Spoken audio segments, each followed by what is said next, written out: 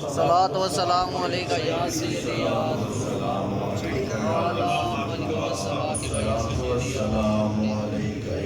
حبیب اللہ، صلاۃ و سلام علیکہ یا سیدی یا رسول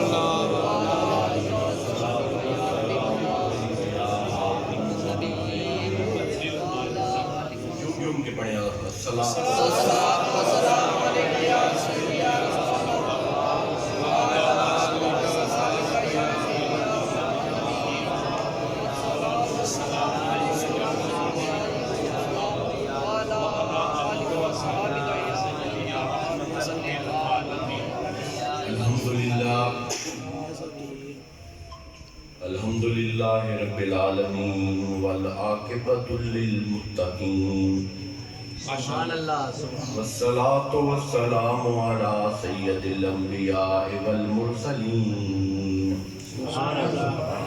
وعلی آلہ واصحابہ واہل بیتہ واولیاء امتہ اجمعین سبحان اللہ۔ اما بعد فاعوذ باللہ من الشیطان الرجیم بسم اللہ الرحمن الرحیم سبحان اللہ۔ لقد جاءکم من اللہ نور صدق اللہ مولانا العظیم وصدق رسولہ النبی الکریم الامین سبحان اللہ۔ حمد و صلاۃ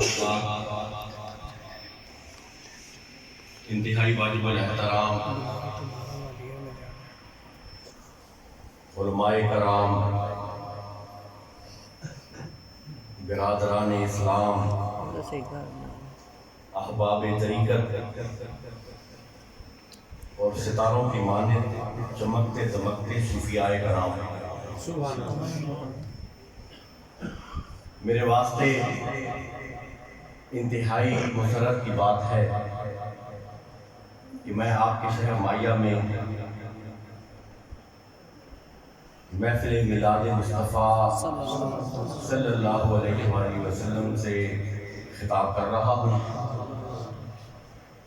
میں ڈھیروں ہدیہ تبریک پیش کرتا ہوں، مبارکباد پیش کرتا ہوں ان دوستوں کو جنہوں نے یہ بابرکت محفل سجائی اور ہم سب کو ذکر مصطفیٰ صلی اللہ علیہ وآلہ وسلم سنانے اور سننے کا موقع عطا۔ سبحان اللہ۔ دعا ہے ان دوستوں کے لیے کہ اللہ رب العزت ان کی اس کاوش کو اپنی بارگاہ میں قبول و منظور فرمائے، آمین ان کو دارین کی نعمتوں سے مالا مال فرمائے، آمین، اور ہم سب کی باادب حاضری قبول و منظور فرمائے۔ آمین۔ چند ضروری باتیں قرآن و سنت کی روشنی میں آپ دوستوں سے عرض کرنی ہیں۔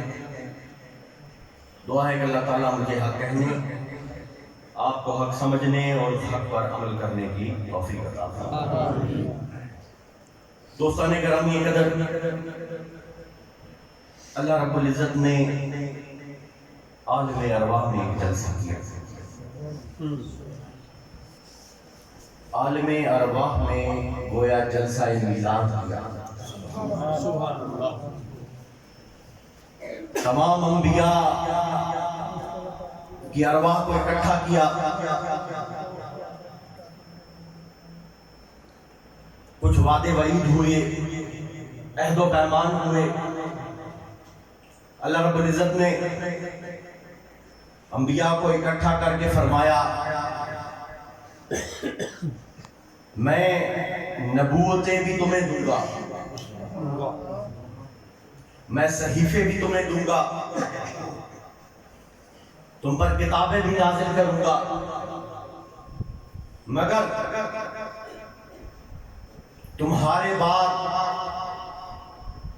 میرا ایک محبوب رسول آئے گا، سبحان اللہ۔ میرا حبیب نبی آئے گا۔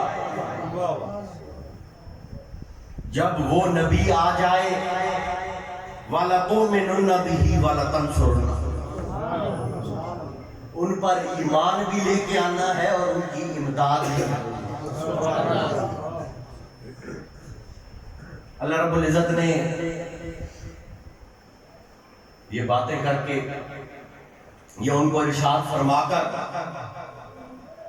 ہمارے لیے آسانی پیدا فرما، بلکہ ہمارے عقیدہ حق اہل سنت پر مور ثبت کرتا۔ سبحان اللہ۔ اللہ رب العزت انبیاء کی جماعت کو اکٹھا کرتا ہے، انبیاء کو بلاتا ہے، ایک جگہ جمع کرتا ہے، جلسہ کرتا ہے ان کا، اور اس میں اپنے حبیب کی آمد کا ذکر کر رہا ہے، اپنے حبیب کی تشریف آوری کا ذکر فرما رہا ہے۔ تو یارو تو اور میں بھی تو یہی کر رہے ہیں، ہم یہاں اکٹھے ہوئے ہیں اور حضور علیہ السلام کی میلاد کا ذکر کر رہے ہیں۔ پھر ہمارے لیے ایک اور آسانی بھی پیدا ہونا۔ اللہ رب العزت اور انبیاء کو یہ ارشاد فرماتا ہے کہ جب وہ نبی آ جائے، ایمان لانے کے ساتھ ساتھ اس کی امداد بھی کرنی ہے، تائید و نصرت بھی کرنی ہے۔ تو پتہ چلا اللہ کا ایک بندہ دوسرے بندے کی مدد کر سکتا ہے۔ سبحان اللہ۔ تو تمہارا میرا بھی یہی عقیدہ، ہم اللہ والوں کے پاس کیوں جاتے ہیں؟ اس لیے جاتے ہیں، ان سے مدد لینے جاتے ہیں کہ اللہ کا حکم ہے۔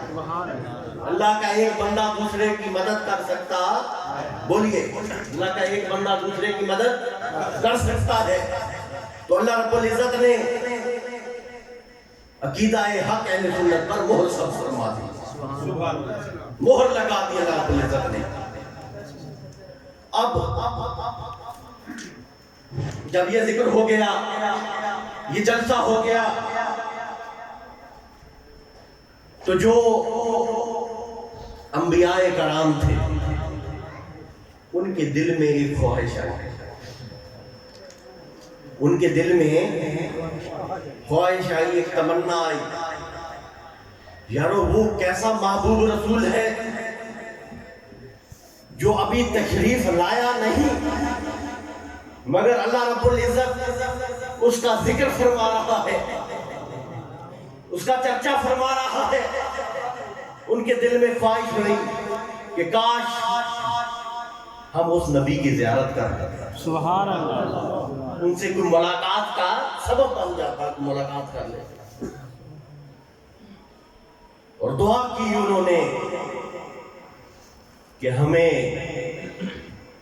اس نبی سے ملاقات کا ذریعہ بنا۔ سبحان اللہ۔ اور پھر میں آپ دوستوں کو بتاؤں کہ ان انبیاء کرام نے حضور علیہ السلام کی سے ملاقات بھی کی اور ان کی زیارت کی۔ سبحان اللہ۔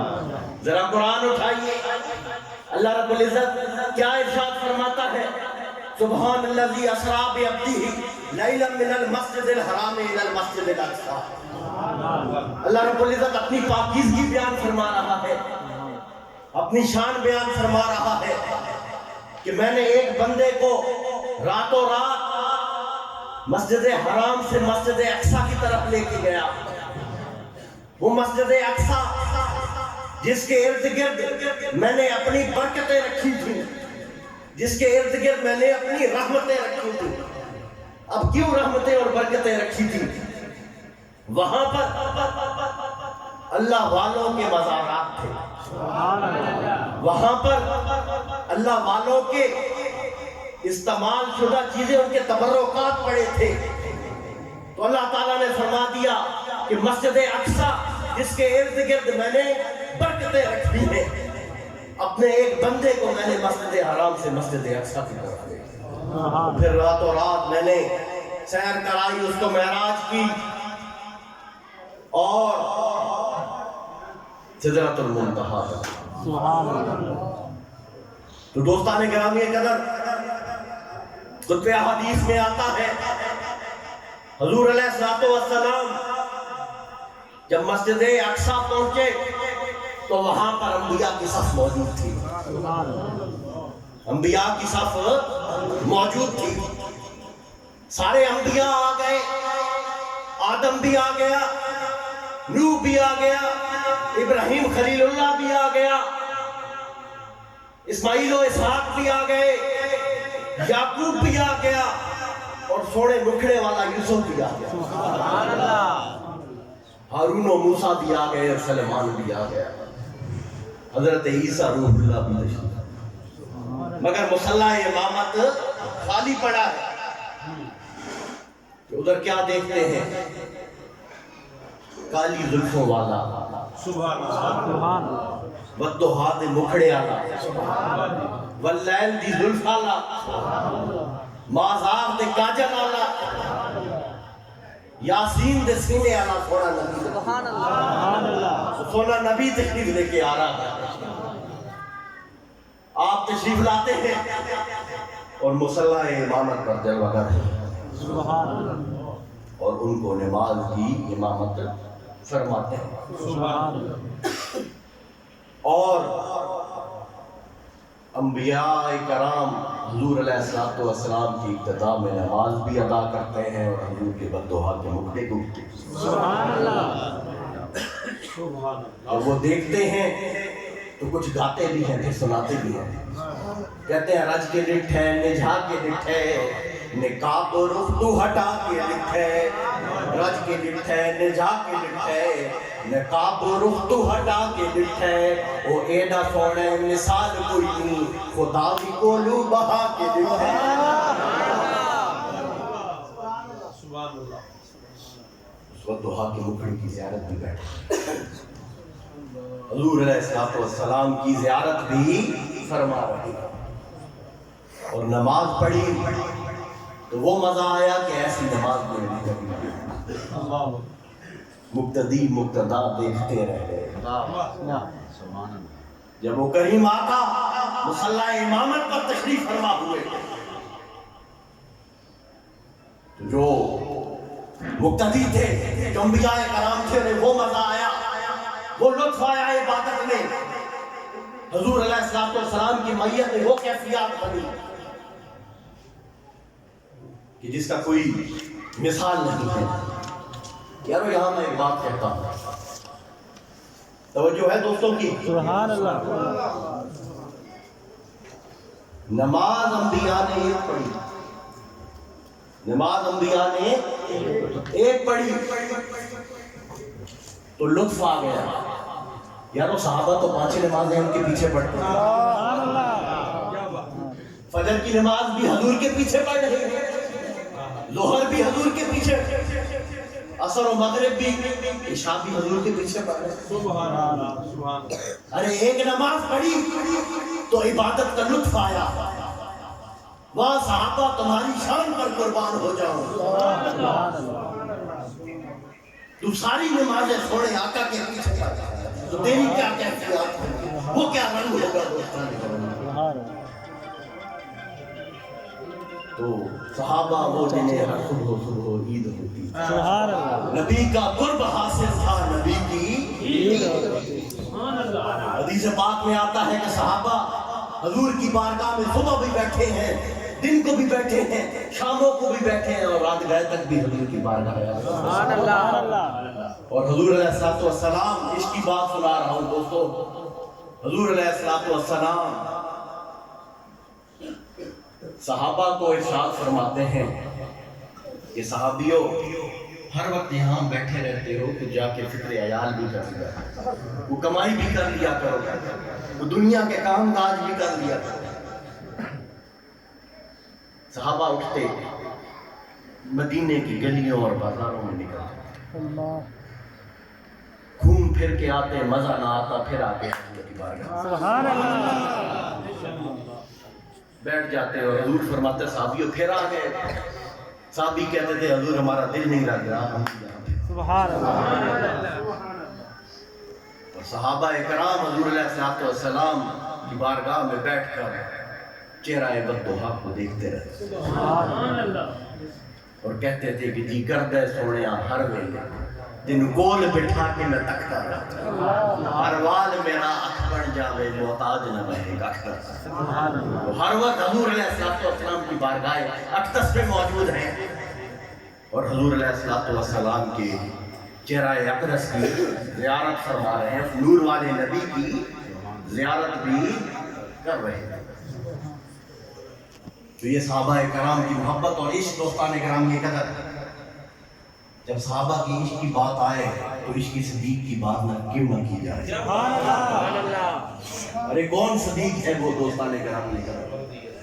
حضور کے بچپن کا ساتھی، وہ صدیق جو حضور کے بچپن کا ساتھی، حضور کے لڑکپن کا ساتھی، حضور کی جوانی کا ساتھی، حضور کے بڑھاپے کا ساتھی۔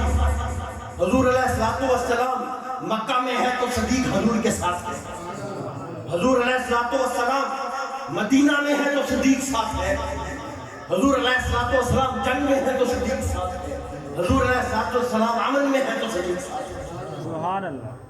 حضور غار میں تو صدیق ساتھ ہے، اور حضور مزار میں تو اللہ کے فضل سے۔ سبحان اللہ۔ جہاں جہاں حضور وہاں صدیق،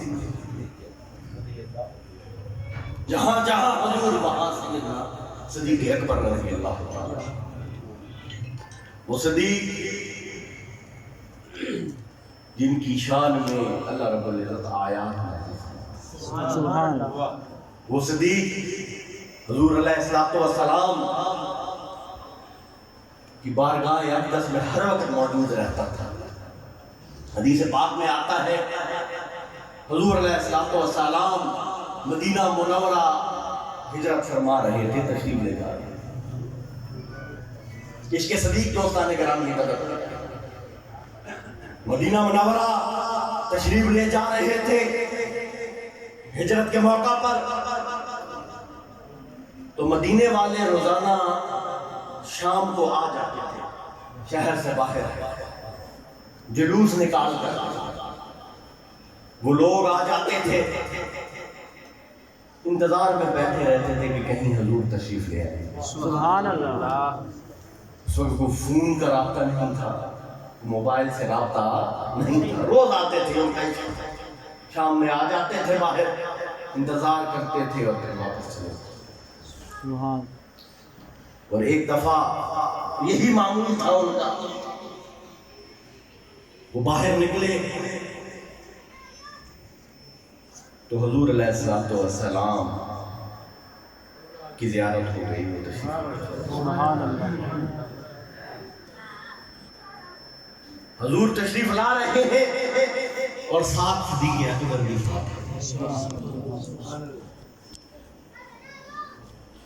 صدیق پر رنگ حضور کا چڑھا ہوا ہے، جو انوار و تجلیات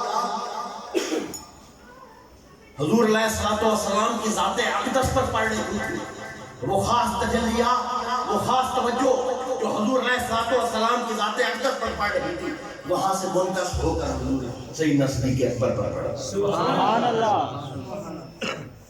ایک توجہ ایک خاص ہوتی ہے اور ایک توجہ عام ہوتی ہے، ایک خاص نور ہوتا ہے اور ایک عام نہیں ہوتا ہے۔ جو خاص نور ہے اللہ رب العزت کا، جو خاص نور ہے حضور علیہ السلام کی ذات اقدس ہے، سبحان اللہ۔ اور ایک عام جس سے یہ کائنات میں رنگ بھرے ہوئے، سبحان اللہ۔ یہ پہاڑ ہے، یہ دریا ہے، یہ کائنات کی ہر ایک چیز میں وہ رنگ ہے، مگر ایک خاص رنگ حضور علیہ السلام کی ذات اقدس ہے۔ جب وہ نور آ رہا تھا، وہ توجہات، وہ تجلیات حضور علیہ السلام کی ذات اقدس پر پڑ رہی تھی، تو اس کا عکس سیدنا صدیق اکبر پر پڑ رہا تھا، اور وہ عکس یوں پڑا کہ ظاہری صورت جو تھی ان کی حضور علیہ السلام کے ساتھ میں تھی، یوں لگتا تھا کہ آقا کون ہے اور غلام کون ہے۔ یہ دیکھا اب مدینے والے کو فرق نہ کر سکے تو سیدنا صدیق اکبر نے ایک چادر لی اور غلاموں کی طرح پیچھے ہلانے لگ گئے، پتا چلے کہ یہ آقا ہے، میں غلام۔ اور ایک پتے کی بات بتاؤں، یہ جو اللہ والے ہوتے ہیں نا یہ بھی وہی رنگ چڑھا دیتے ہیں، سبحان اللہ ایسا کر دیتے ہیں، ایک نگاہ سے ایک توجہ سے اپنے جیسا کر دیتے ہیں۔ ہمارے شیخ سیدنا باقی باللہ رحمۃ اللہ علیہ، سبحان اللہ آپ حضور امام ربانی مجدد الفسانی رضی اللہ عنہ کے مرشد ہیں، سبحان اللہ یعنی حضور امام ربانی تک جو فیض پہنچا ہے سیدنا باقی باللہ دہلوی رضی اللہ عنہ، سبحان اللہ آپ کا ایک غلام ہوتا تھا، ایک خادم تھا، لانگری روٹیاں بناتے ہیں نا، کھانا بنا دیا، مہمان آ گئے، لنگر کا کھانا بنا دیا، لانگری اس نے کوئی خدمت کی۔ سیدنا باقی باللہ رضی اللہ عنہ نے فرمایا کہ مانگ کیا مانگ، سبحان اللہ مانگ کیا مانگتا ہے؟ وہ سادہ آدمی تھا، اس نے کہا اپنے جیسا بنا دیجیے، مجھے اپنے جیسا بنا دیجیے۔ حضرت باقی باللہ رضی اللہ عنہ نے اس پر اپنی نگاہ ڈالی، اس کا ظاہر اور باطن بدل کے اپنے جیسا، سبحان اللہ ظاہر اور باطن بدل کر اپنے جیسا کر دیا۔ صبح غلام آئے، مریدین آئے، وہ فرق نہ کر سکیں کہ باقی باللہ دو ہیں، یہ ہے یا وہ، ظاہری طور پر فرق نہیں کر سکتے تھے۔ ہاں فرق یہ تھا، وہ جو غلام تھا، جو لانگری تھا، جس پر یہ اپنے شیخ نے سیدنا باقی باللہ نے توجہ فرمائی تھی، وہ مدہوش تھا، وہ ڈول رہا تھا، وہ اپنی حالت اس کی غیر تھی، کیونکہ برتن چھوٹا تھا، سبحان اللہ ظرف چھوٹا تھا، اور اس میں وہ جو دودھ ہے، جو نور ہے، وہ باقی ہے۔ سبحان اللہ برتن چھوٹا تھا تو وہ ڈول رہا تھا، جبکہ سیدنا باقی باللہ رضی اللہ تعالیٰ عنہ منظم کیفیت میں تھے، اس کی طرف آگے تھا۔ تو کچھ عرصے بعد اس غلام کا پھر انتقال تھا۔ تو جو اللہ والے ہوتے ہیں اپنی ایک نگاہ سے، اپنی ایک توجہ سے رنگ چڑھا دیتے ہیں۔ آگے ہمارا آگے ہماری کیپیسٹی ہے کہ ہم اس کے مطابق کتنا لے لیتے ہیں، ورنہ ان کے ہاں اس کی کمی اور تھوڑ نہیں ہے۔ تو یہ اللہ والوں کی نگاہ ہوتی۔ تو سیدنا صدیق اکبر پر حضور کا رنگ چڑھا، صدیق اکبر پیچھے کپڑا غلاموں کی طرح ہلاتے ہوئے پیچھے آئے کہ غلام اور آقا کا فرق۔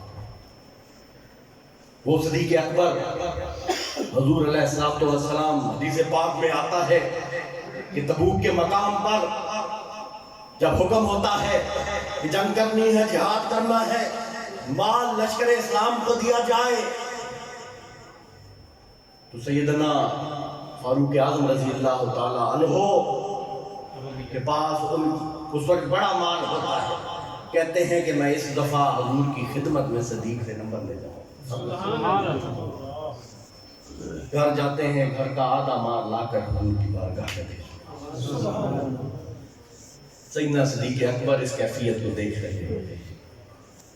حدیث سنا رہا ہوں، 2 سال گرامی گئے، آپ تشریف لے جاتے ہیں، گھر کا سارا مال لے کر حضور کی بارگاہ میں پیش کرتے، اور کتب میں آتا ہے کہ دیواروں پر ہاتھ مار رہے ہیں، کوئی سوئی بھی گھر میں باقی نہ رکھے، وہ بھی حضور کے حکم کے مطابق آتا ہے۔ سبحان اللہ جو لباس مبارک زیب تن فرمایا ہوتا ہے وہ بھی اتار کر ٹاٹ ڈوری باندھ کے وہ بھی حضور کی بارگاہ میں۔ سبحان اللہ اور حضور فرماتے ہیں کہ آج پھر صدیق کی سبقت لے گیا۔ سبحان اللہ. دین کی خدمت میں، آپ کی بجا آوری میں، حکم کی بجا آوری میں آج پھر سبقت لے گیا. تو عشق دوستان کرام میں قدر وہ عشق ہے جو صدیق اکبر کا عشق ہے. سبحان اللہ. وہ عشق ہے جو فاروق اعظم رضی اللہ عنہ کا عشق ہے. سبحان اللہ. وہ عشق ہے جو عثمان غنی کا عشق ہے. وہ عشق ہے جو علی المرتضیٰ شیر خدا کا عشق ہے. سبحان اللہ. اور اللہ رب العزت نے یہ مقام صحابہ کو عطا کر دیا. اور حضور علیہ السلام ارشاد فرماتے کہ صحابی کا نجوم فإنہم اقتدیتم اہتدیتم. فرماتے ہیں میرے جو صحابہ ہیں یہ ستاروں کی مانند ہیں، روشن چمکتے ہوئے ستاروں کی مانند ہیں. ان میں سے جس کی بھی پیروی کرو گے ہدایت کو پاؤ. سبحان اللہ. تکبیر. اللہ اکبر. رسالت. یا رسول اللہ. تحقیق. اچھا. حیدری. تاجدار ختم نبوت. زندہ باد زندہ باد. تو دوستان گرامی قدر یہ اعلان فرما دیا کہ صحابہ کے طریقے پہ چلو گے تو یہ وہ طریقہ ہے کہ تم ہدایت یافتہ بندوں میں شمار ہو جاؤ گے. سبحان اللہ. پہلے دور میں منزل مقصود تک پہنچ جاؤ گے. اور منزل تک پہنچنے کے لیے دوستان گرامی قدر یہ پہلے نیویگیشن نہیں ہوا کرتا تھا. یہ لوکیشن لگا کے کسی جگہ پہنچنا نہیں ہوا کرتا تھا. لوگ ستاروں کو دیکھ کر اپنی ضد کا تعین کیا کرتے. سبحان اللہ. ستاروں کو دیکھ کر اپنی منزل پہ جانا ہوتا تھا تو ستاروں کو دیکھ کر اسی اوٹ میں وہیں سے راستہ بنا کے منزل تک جاتے تھے. حضور نے فرما دیا صراط مستقیم پہ چلنا ہے، خدا تک پہنچنا ہے، ہدایت کو پانا ہے تو صحابہ کی پیروی کر لو. یہ ستاروں کی مانند ہے. سبحان اللہ. ان کی اقتدا کر لو تو ہدایت کو پانا. اور یہ جو ہمارے سلسلے ہیں طریقت، واہ. یہ جو ہمارے طریقت کے سلسلے ہیں جس میں ہم بیعت ہوتے ہیں تو یہ بھی تو صحابہ کی گلی میں جا کے رکھتے ہیں. سبحان اللہ. اور وہاں سے پھر مدینے کی گلی میں حضور علیہ السلام کی باتیں ہیں. سبحان اللہ. یہ جو سلسلہ عالیہ نقشبندیہ ہے، سلسلہ عالیہ قادریہ ہے، سہروردیہ ہے، چشتیہ ہے، یہ تمام سلاسل کی نسبت صحابہ کرام سے ہے. سیدنا علی المرتضیٰ سے نسبت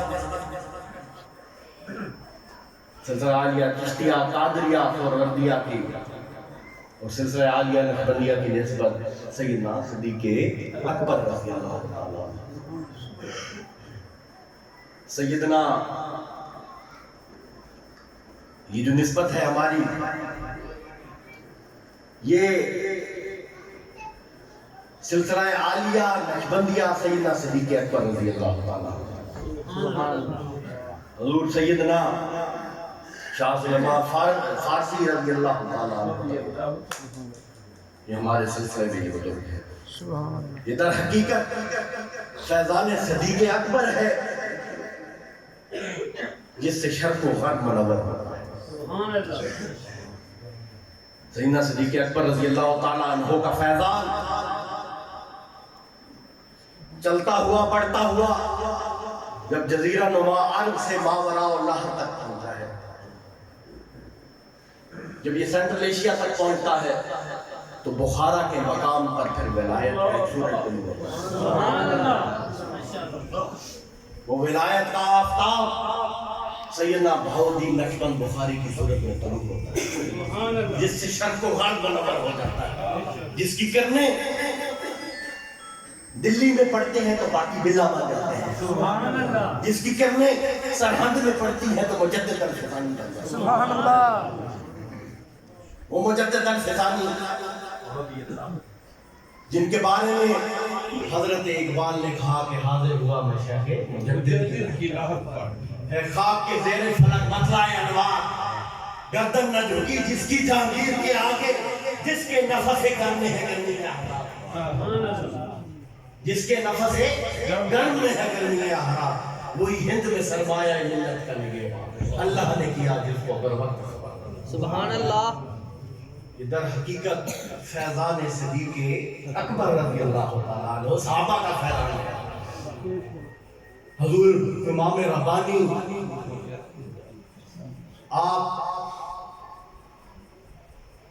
بلڈ لائن سے نسل سے سیدنا فاروق اعظم کے ساتھ نسبت رکھتے ہیں. سبحان اللہ. اور روحانی طور پر آپ کی نسبت سیدنا صدیق اکبر رضی اللہ عنہ. آپ کی رگوں میں خون فاروقی دوڑ رہا ہے اور آپ کا دل سیدنا صدیق اکبر کی طرف دوڑ رہا ہے. سبحان اللہ. یہ اسی نسبت کی بدولت تھی کہ آپ نے یہاں اکبر بادشاہ جیسے جلالی آدمی وہ منکر آدمی کی آنکھوں میں آنکھیں ڈال کر جانا لگا اور اس کے آگے کلمہ حق بلند کیا. وہ دین میں تصوف میں جو خرافات آ چکی تھی آپ نے اس سے اس نظام کو مقررہ فرمایا. تو کوئی نصیب ہو دوستان گرامی نے کہا کہ ہم سب کی نسبت سیدنا صدیق اکبر رضی اللہ تعالیٰ عنہ سے ہے. ہماری نسبت ابن بہت ہی نحبن بخاری رضی اللہ تعالیٰ عنہ. ہماری نسبت امام ربانی مجدد الفسانی. تو اللہ تعالیٰ ہم سب کی نسبتوں کو سلامت رکھے. اپنی نسبتوں پر قائم رہنا، اپنا تعلق استوار رکھنا تو اللہ والوں کے ساتھ رکھنا. کیونکہ قرآن میں اللہ نے حکم فرما دیا کہ وَاتَّبِعْ سَبِيلَ مَنْ أَنَابَ إِلَيَّ، کہ ذرا ان کی پیروی کر جو میری طرف رکھتے ہیں، جو میری عبادت کرتے ہیں، عابد بندے ہیں، جو نیک اور صالح لوگ ہیں. ان کی پیروی کیا کرو، ان کی اتباع کیا کرو، ان کے ساتھ اپنا تعلق کو استوار کیا کرو. اور جب ان کی پیروی کرو گے نا تو وہ تمہارے اوپر اپنا رنگ چڑھا دے گا، تمہارے قلوب و اذہان کو منور فرما دیں گے. دوستان گرامی قدر، چند اشعار کی فرمائش جو دوستوں نے کی ہے، اگرچہ میں اپنے ساتھ ڈائری نہیں لے کے آیا جس سے میں دیکھ کے میں پڑھ کے آپ کو سنا دوں، تو چند لائنیں میں آپ دوستوں کی نظر کرتا ہوں. یہ صوفیاء کی محفل ہے، اس میں صوفیاء کرام موجود ہیں. صوفیاء کے لیے یہ جو سبجیکٹ ہے صوفیاء کا، اس میں یار سے ملاقات، یار کا وصال ہی سب سے ہے. یار کا وصال، ملاقات، یار حقیقی سے ملاقات ہے. تو اس حوالے سے چند اشعار میں نے لکھے کہ خیال وصل یارا کی تمنا کیجیے، خیال وصل یارا کی تمنا کیجیے، دیدے رخ مہر تابہ کی تمنا کیجیے. چھلکتے ہیں جام جن میں نواز آنکھوں سے، ان آنکھوں سے کچھ پینے کی تمنا. چھلکتے ہیں جام جن میں نواز آنکھوں سے، ان آنکھوں سے کچھ پینے کی تمنا. اور سعید یہی تمنا ہے اصل زندگانی اہل دل، یار کے قدموں میں مرنے کی تمنا. نعرہ تکبیر، نعرہ رسالت، عظمت و شان مصطفیٰ زندہ باد، محفل میلاد مصطفیٰ زندہ باد، حسن عالیہ بور شریف زندہ باد، رابینہ محمد سعید صاحب زندہ باد. دیدے رخ مہر تابہ، ان چمکتے ہوئے روشن چہروں کو دیکھا کرو، ان کی زیارت کیا کرو. پھر قرآن میں بھی حکم آ گیا کہ وَاصْبِرْ نَفْسَكَ مَعَ الَّذِينَ يَدْعُونَ رَبَّهُم بِالْغَدَاةِ وَيُرِيدُونَ وَجْهَهُ وَلَا تَعْدُ عَيْنَاكَ، کہ ذرا ان کے چہروں کو تکتا رہا کر جو دن رات میری عبادت میں مشغول. سبحان اللہ.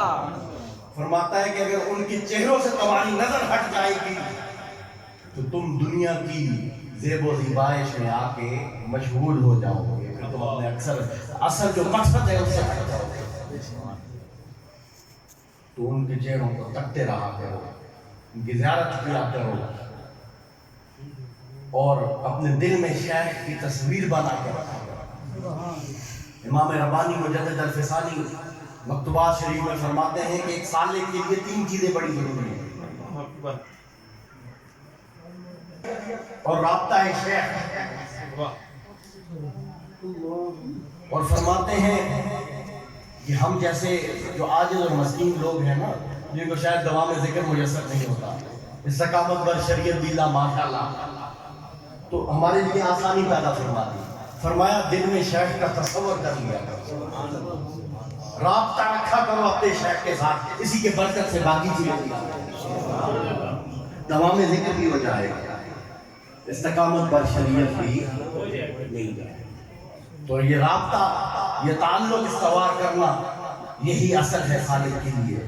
دعا ہے کہ اللہ تعالیٰ ہم سب کی نسبتیں قائم رکھے، سلامت رکھے، ہم سب کی باادب حاضری اس بابرکت محفل میں قبول و منظور فرمائے. ڈھیروں ہدیہ تبریک ان دوستوں کے لیے جنہوں نے یہ محفل سجائی. تو یوسف صاحب اور رفقا کو میں مبارکباد پیش کرنا چاہتا ہوں کہ اتنا عظیم و شان محفل کا اہتمام کیا اور ہم سب کو ذکر مصطفیٰ اور ذکر اولیاء سننے اور سنانے کا موقع. دو اشعار الصلاۃ والسلام کے اور پھر دعا. اللہ اکبر.